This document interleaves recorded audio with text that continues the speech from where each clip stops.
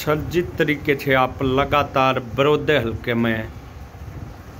हल्का में लगातार आप दौरे पे हो, बड़ौदा हल्के में अब की बार आपकी पार्टी का क्या रहेगा? देखिए, लोकतंत्र सुरक्षा पार्टी पीछे जिस प्रकार से गोहाना के अंदर चुनाव लड़ रही थी, जिसे धराशायी करने के लिए हमारे इलेक्शन को माननीय प्रधानमंत्री नरेंद्र मोदी जी आए, अमित शाह जी आए, राजनाथ जी आए और न जाने स्मृति ईरानी, हेमा मालिनी, सनी देओल, यहाँ पर कोई केंद्र या कैबिनेट का ऐसा व्यक्ति नहीं बचा जिसने आकर के गोहाना के अंदर राजकुमार सैनी को हराने के लिए अपील न की हो। क्या डर था कि मैं दलित और पिछड़े के 75% लोगों के हकों की हित की बात करता हूं, उन लोगों के साथ हुए भेदभाव और उनके साथ हुए शोषण की बात करता हूं, जिस बात से थर्रा करके ये सभी जो पार्टियों के सर्वा मालिक बने बैठे हैं, जो सभी के सभी जनरल कैटेगरी से सारी पार्टियों के मालिक हैं, और हरियाणा के अंदर तो एक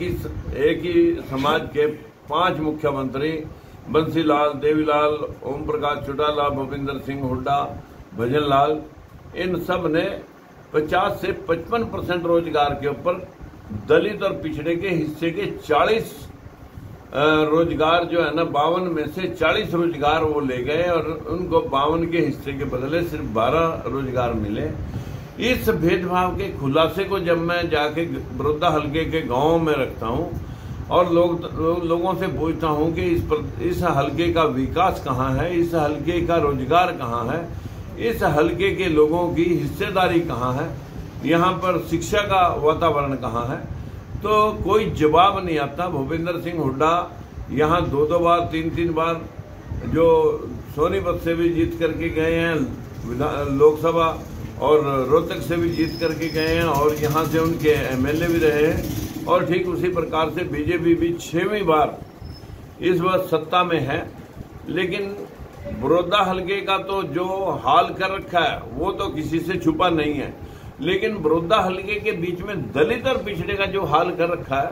जो 75% की हिस्सेदारी है, वो अभी तक 25% की हिस्सेदारी है, और 25% लोग जो सारी पार्टियों के सर्वा हैं, सारी पार्टियों के अध्यक्ष और चीफ मिनिस्टर और प्रधानमंत्री बनते रहे हैं, तो वो लोग जो है ना आज 75% पे काबिज हैं। इस भेदभाव के को लेकर के जब हम खुलासा करते हैं, तो आज जागसी के अंदर हमारे गली के बीच में एक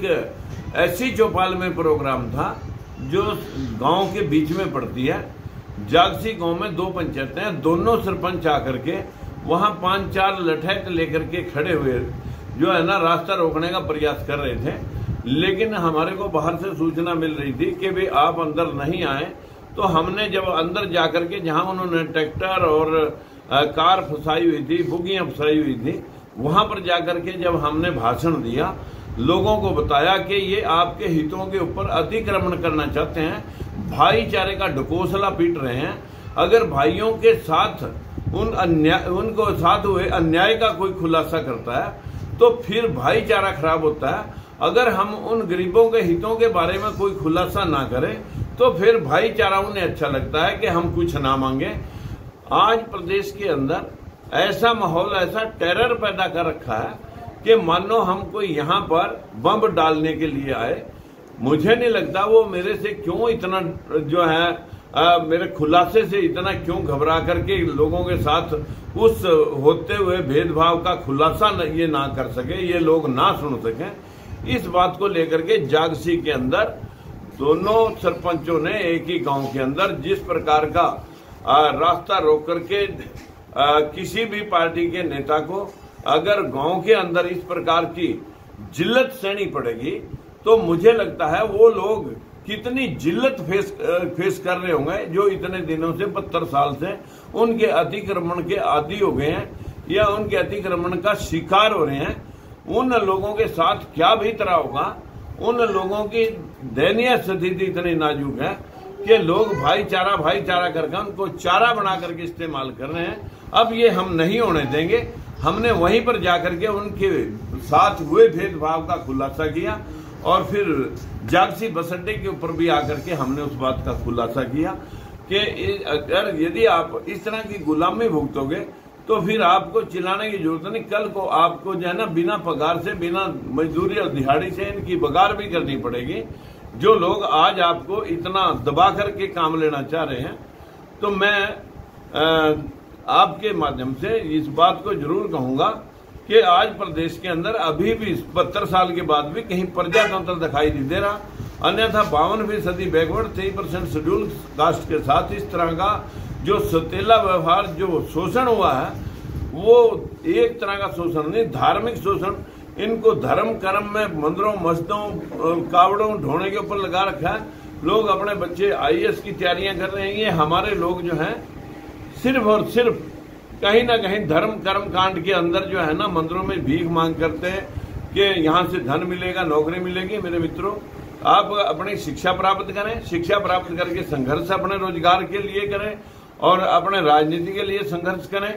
जिससे कि आपको अगली राह मिल सके और आपके साथ हुए भेदभाव का हल ढूंढा जा सके।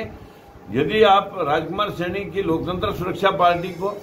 सपोर्ट करते हैं और उसे जिताते हैं, तो मैं 2024 में सुनिश्चित करके दिखाऊंगा कि दलित और पिछड़ा जब जुड़ करके अपनी राजनीतिक हस्तक्षेप और राजनीति में अपनी दखल अंदाजी करेगा, तो मैं इनके बच्चों को भी थानेदार लगाऊंगा, इनके बच्चों को भी BDO तहसीलदार लगाएंगे,